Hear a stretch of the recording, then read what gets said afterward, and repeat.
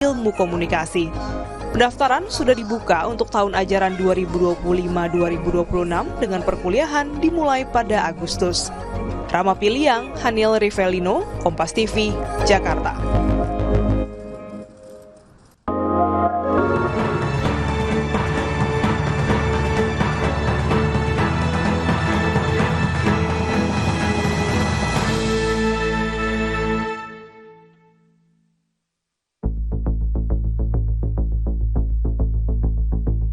Orang miskin korban judi daring.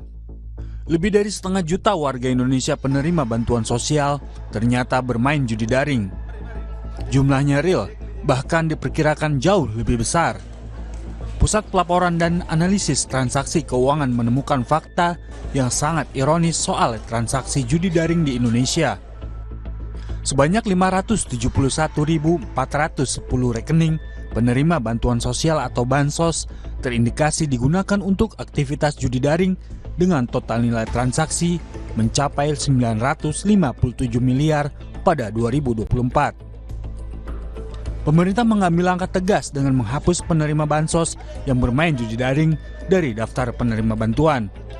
Menggunakan uang bansos untuk bermain judi sama halnya melakukan pelanggaran ganda. Dana bansos digunakan berjudi jelas penyalahgunaan bantuan negara, sementara judi di Indonesia adalah tindak pidana. Judi daring sekali lagi menyasar masyarakat miskin. Penetrasi internet di Indonesia yang semakin tinggi dan era digitalisasi bak pedang bermata dua bagi warga miskin. Di satu sisi mereka makin termudahkan dengan berbagai layanan digital. Di sisi lain, digitalisasi membawa kemudahan akses bagi semua kalangan melakukan aktivitas ilegal seperti judi. Untuk bermain judi daring, orang hanya perlu menyetorkan deposit sebesar Rp5.000 hingga Rp10.000 ke rekening bank penampung atau dompet digital milik bandar. Dengan uang sebesar itu, banyak orang miskin tergiur mempertaruhkan nasibnya di berbagai bentuk permainan judi daring.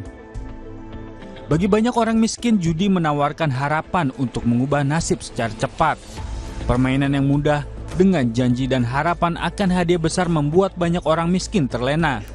Maka, uang bansos pun mereka pertaruhkan demi cara cepat mengubah nasib menjadi kaya. Padahal, tak ada orang miskin berubah menjadi kaya dari bermain judi. Terlepas dari penjelasan soal kejiwaan dan aktivitas otak tentang bagaimana berjudi dapat menjadi candu bagi manusia, permainan yang mempertaruhkan sesuatu untuk mendapatkan yang lebih besar memang memicu ketergantungan. Judi menjadi candu karena begitu menang, orang akan tergoda untuk mendapatkan kemenangan lebih banyak. Celakanya, saat kalah, orang tetap ingin berjudi demi menebus kekalahannya. Setelah sadar, sudah tak ada lagi yang dapat dipertaruhkan. Agar bisa bertaruh lagi, apapun dilakukan.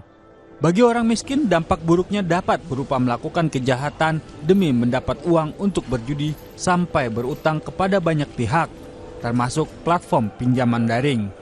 Sekali lagi, memberantas judi daring ini sebenarnya mudah. Pemerintah dan penegak hukum tahu siapa para pemain dan bandarnya. Pemerintah juga dapat dengan mudah menghentikan aliran uang dari bandar judi kepada banyak pihak. Akan tetapi jika pemerintah ingin mengatur pengelolaan shadow ekonomi, sebaiknya hal itu dimulai dari bagaimana agar masyarakat kecil dan miskin tidak menjadi korban atau pihak paling terdampak efek buruk dari judi daring.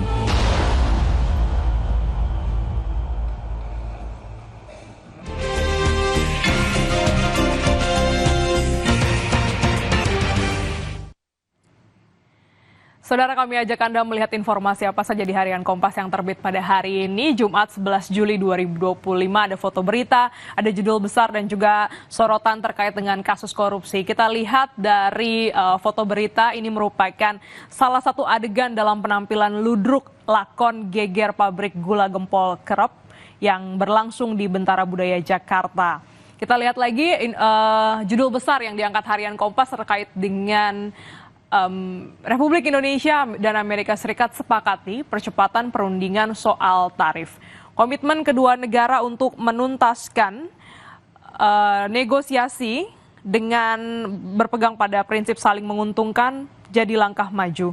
Namun selain penguatan strategi, sejumlah hal ambigu juga perlu diperjelas dalam negosiasi. Ini terkait dengan penerapan kebijakan tarif resiprokal yang akan dikenakan Amerika Serikat pada produk-produk Indonesia sebesar 32% mulai pada 1 Agustus 2025. Maka dari itu, tim dari Indonesia mempercepat negosiasi untuk bisa meminimalisir hal-hal merugikan bagi perdagangan internal di Indonesia. Kita lihat lagi, bergeser ke sebelah kiri, saudara. Terbaru, Kejagung ini menetapkan tersangka ya, ada 9 tersangka. Setelah ditetapkan tersangka, Kejaksaan buru Riza Khalid. Kejaksaan Agung kembali menetapkan tersangka dalam perkara dugaan korupsi tata kelola minyak mentah dan produk kilang di PT Pertamina tahun 2018 hingga 2023. Totalnya ada 9 tersangka termasuk Riza Khalid, beneficial owner dari PT Orbit Terminal Merak. Berbeda dengan tersangka lainnya yang langsung ditahan, Riza masih melenggang bebas dan Kejaksaan masih mencari keberadaan yang bersangkutan. Pengusaha minyak ini diperkirakan berada di Singapura.